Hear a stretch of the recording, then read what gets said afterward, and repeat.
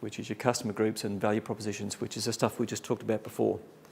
The other 4 inputs that are really important is around innovation, how you want customers to adopt and use your products and services, because that affects how you want to engage with them. The values and ethics of the business. Yep, so we're also talking about sales, right? We haven't leapt into some sort of other realm, but when we're engaging with customers, we have to think about what the values and the ethics are of our organisation and how that flows into that whole engagement piece, because it's got to be congruent. And by that way, we can determine behaviours that are supportive of the whole thing. Sales cycle as well. So then once we've got those pieces worked out, we work on the customer decision-making process, we figure out the scripts and the prompts and the bits and pieces we need, and we end up with this framework around how our awesome customers, because we're starting off with those customer groups that we want to grow, and we want to figure out their decision-making process, and then those systems and sub-processes that actually come together to create customers and advocates. So I'm just going to talk briefly about a couple of these other initial inputs, because they're important for the context of the engagement. Okay? So first one is adoption, and this is adoption of innovation. So you're familiar with it's called the diffusion, or the adoption of innovation over time. So we're all familiar with this.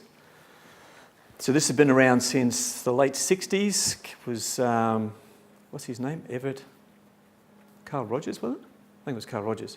Anyway, it's based on human behaviour, so it hasn't actually changed. But whilst we all think we've evolved with our thumb usage in the last 15 years or so, we're still pretty much the same humans we've been for the last period of time.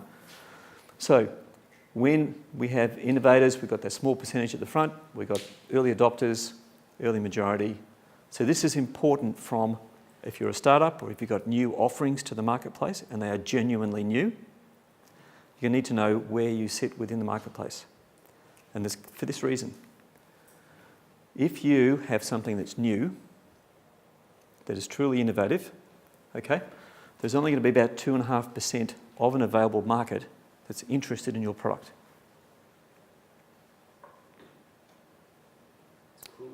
It's cruel, but it's true.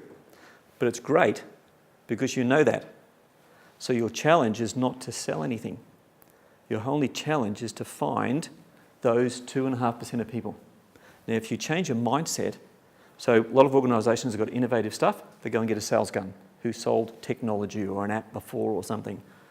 And because they've been doing the thing, they'll typically start in with the network they already know. You literally have to find those customers. If you find them, all you got to do is find them. And you show them your thing, and they will buy it, which is really cool. What you do then is you share those and collect those stories, and then you find this group, and you just say to the early adopters, hey, these guys just bought this for these reasons. And they will buy it.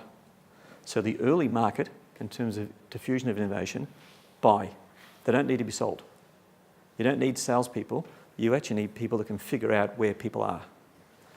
So in terms of adoption of product, it's if you think about your awesome customers, how do you actually want those customers to use your products, right? That's a different way to engage. So if you want them to leverage a bunch of software that you've got to start using that messaging early in the process. So they don't have different expectations. They don't think they just get it and all of a sudden they've got this magic. They know they've got to do something with it from the way through. You've got to engage them for how you want them to use it, okay? And it's the same with how we want the customer to adopt the product service. We've got to make sure our values and our ethics are described and we've identified all the behaviours on the way through. And the sales cycle then gives us a short period of time that we can talk with customers. And then we build this second stage after getting those initial inputs, which we've just looked at.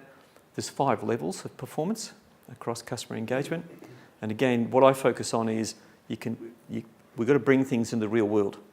And what's observable is measurable, right? So when you start to say, when I walk into an organisation, ask them how they're going with their sales, whatever, you can hear people saying these things. They talk like this. It's just, you've got to be tuned to it. So when you can hear it, you know they've got those sorts of problems because they don't really have a system. They're really using those traditions of sales to get an outcome that doesn't really deliver in this age. So they've got to try and mature in the process and bring it more into harmony with how customers buy these days.